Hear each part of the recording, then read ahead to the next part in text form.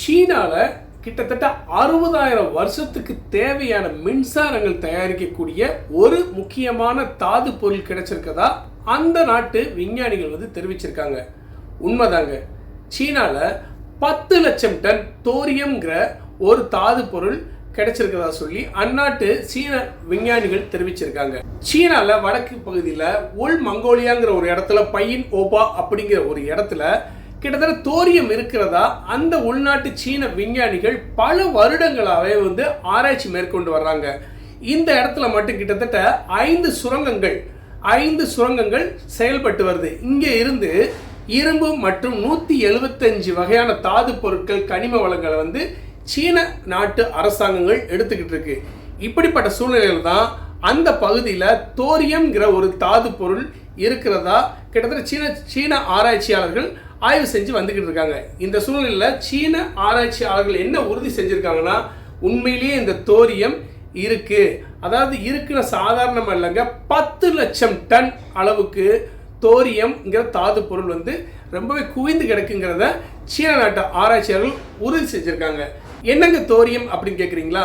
அதாவது அணு உற்பத்தியில் முக்கிய பங்கு வகிக்கிறது யுரேனியம் மற்றும் புளுட்டோனியம்ங்கிற முக்கியமான தாது பொருட்கள். இந்த யுரேனியம் மற்றும் புளுட்டோனியத்தை வச்சு தான் அணு உற்பத்தியை அதிக அளவு செஞ்சுக்கிட்டு இருக்காங்க. இப்போ அணுகுண்டு தயாரிக்கிறதுக்காக இருக்கட்டும், இல்லைன்னா ராக்கெட்டுக்காக இருக்கட்டும் அப்படின்னு சொல்லி முக்கியமாக உலகத்தை அழிக்கக்கூடிய அணுகுண்டுகள் அப்படிங்கிற முக்கியமான விஷயங்கள் மின்சாரம் தயாரிக்கிறதுல முக்கிய வகிக்கிறது யுரேனியம் மற்றும் புளுட்டோனியம். இந்த யுரேனியம் மற்றும் புளுட்டோனியத்துக்கு அடுத்தபடியாக முக்கிய பங்கு வகிக்கிறது தோரியம்ங்கிற ஒரு முக்கியமான தாது பொருள். இதை வச்சு உலகத்தில் நம்ம மின்சாரங்களை அதிக அளவு செய்யலாம். யுரேனியத்தோட கம்பேர் பண்ணுறப்ப இந்த தோரியத்தை வச்சு 200 மடங்கு மின்சாரங்கள் தயாரிக்கப்படலாம்னு சொல்லி உலகத்தில் இருக்கக்கூடிய அணு உற்பத்தி ஆராய்ச்சியாளர்கள் இதை பற்றி ரொம்பவே தெளிவாக சொல்லியிருக்காங்க.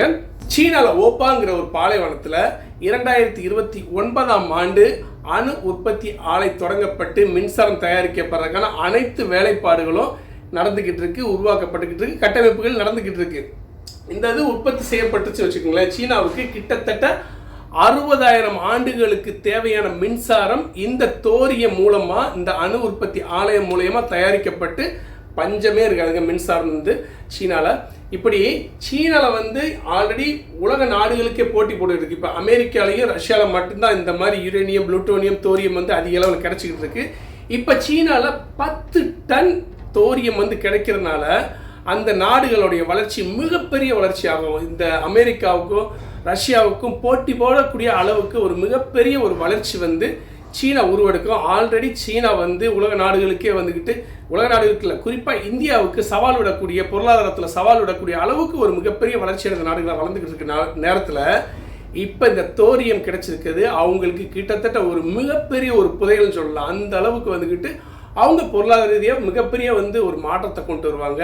சீனாவுக்கு எப்படி ஒரு தோரியம் 10 லட்சம் டன் கிடைத்து 60,000 ஆண்டுகளுக்கு தேவையான மின்சாரம் உருவாக்குறதுக்கு எப்படி சீனாவுக்கு அமைஞ்சிருக்கோ அது மாதிரி இந்தியாவுக்கு ஒரு பொக்கிஷம் கண்டிப்பாக கிடைக்கும்.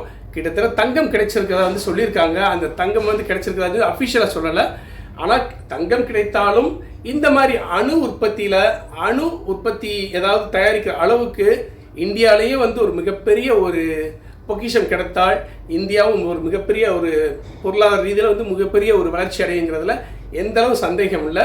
இந்த காணொலியில் சொல்லப்பட்ட கருத்துக்கள் உங்களுக்கு பிடிச்சிருந்தா உங்களுடைய கருத்துக்களை கீழே கமெண்ட்ஸ் பாக்ஸில் பதிவிடுங்கள். அது மட்டும் இல்லாமல் இந்த காணொலியை லைக் பண்ணுங்கள், சப்ஸ்கிரைப் பண்ணுங்கள் நம்ம சேனலை. அது மட்டும் இல்லாமல் உங்கள் நண்பர்களுக்கு ஷேர் பண்ணுங்கள். மீண்டும் ஒரு நல்ல ஒரு தகவலோடு உங்கள்கிட்ட சந்திப்பது தமிழ் சல்யூட்.